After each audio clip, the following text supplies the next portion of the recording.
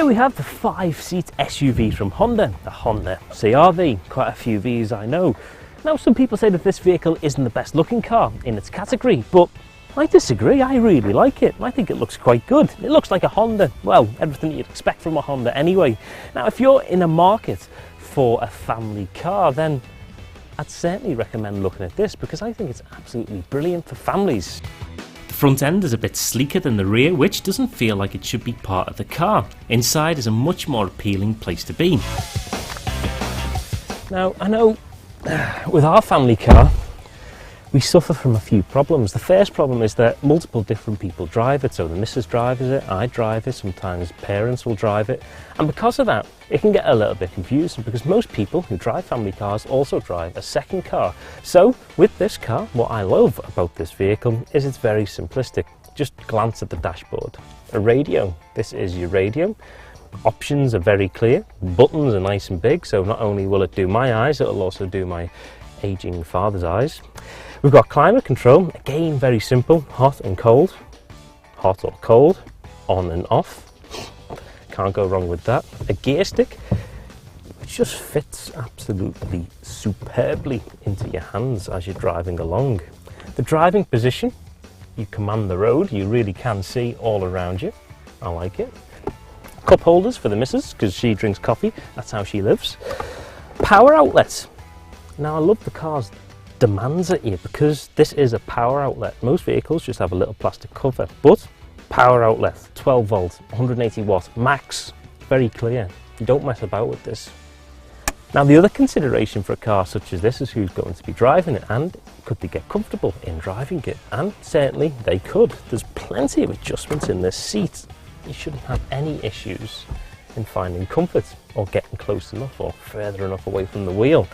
The wheel, on the other hand, also has plenty of adjustments, so again, it's perfect for shared use. The actual wheel itself is quite comfortable to hold, and although there are quite a few buttons on here, it's not that confusing. All our media options on this side and all our trip computer such items on this side. We've got our cruise control and then our phone options, so we can connect our phone by Bluetooth, which is always good. So overall, very good. I'm very impressed. It's comfortable, it's simplistic, it's easy to use, and there's also quite a few storage compartments dotted about the cabin. For instance, we've got large side bins. We've got another little bit of storage here, which could be used for coins or whatever. We've got a very large centre compartment, and this is where also our auxiliary input, our other power outlet, which isn't to be messed about with because it is 180 watt max, plus our USB are all sat in here. Plenty of storage, good. I know we've already touched on our 3 cup holders and a glove box, which is of a fair size. Now the favourite thing of mine in the cabin, in the front at least, is this. Not very fancy. Well, it is. It's a sunglass holder. That's not the fancy bit though, because it doubles up as an eagle eye mirror, so you can keep an eye on the kids in the back. So it's going to be no messing around whatsoever in this vehicle. Let me show you the back. The dashboard is a little bit plasticky. Not much to complain about as it's simple in style. So based on the aesthetics, we give this car 3 out of the 5 available Motor Talk stars in the appeal category.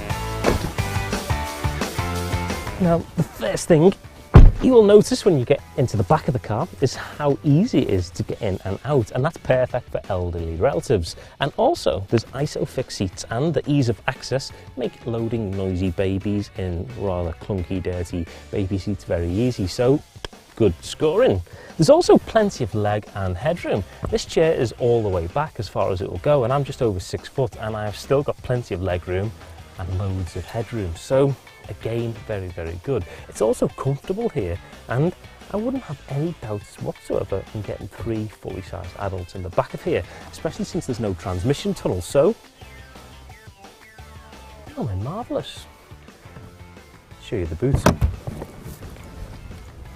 Now, I know we've talked quite a lot about the practical family elements of the CR-V, but I also think it's worth noting how cool this car actually is, and certainly nobody would pass any negative judgment on you for owning one of these as your day-to-day car.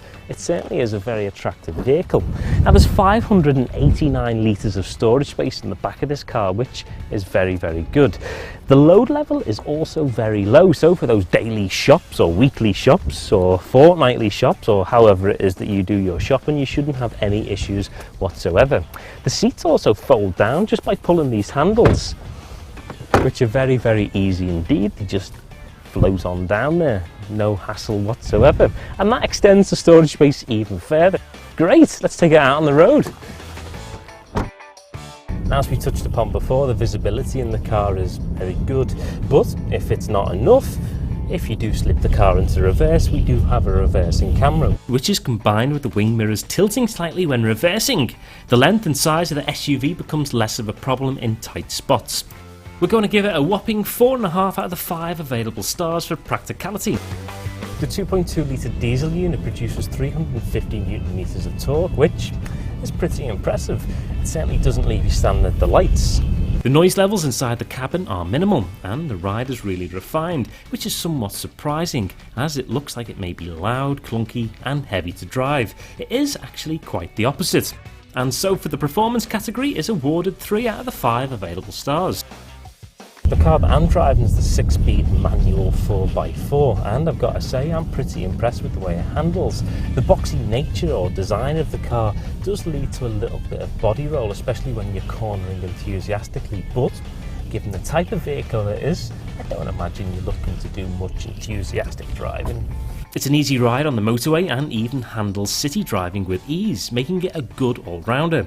But it doesn't quite hold its own against competitors out there, so for its ride and handling category we award it 3 stars. This SE level diesel Honda CR-V starts at £31,555, with the automatic model being upped slightly. Now, I recently drove the Mazda CX-5, and it's got to be said that's a great car. It's not to say that it's a better car than this, but I just want to highlight that it is certainly a car that if you're in the market for this vehicle, that's worth looking at. The CX-5's definitely got a younger, more modern appeal to it, but the Honda certainly does have a reliability, family, a practicality, just a greater sense of quality, if I'm honest, and certainly worth a test drive. Okay, so it's not the best looking car sitting on the drive as we've said, but there are lots of good points. It emits 149 grams per kilometre, which is fairly low for a car in its class, and you can average a combined fuel economy figure of around 50 miles per gallon. So for the ownership category we award it 3 stars. An impressive drive and a comfortable one at that, the Honda CR-V delivers as a great car for those who have a busy lifestyle. It's bound to win over families for its practicality values and how easy it is to drive in a number of different situations. So overall we award this vehicle 3.5 out of the 5 available stars.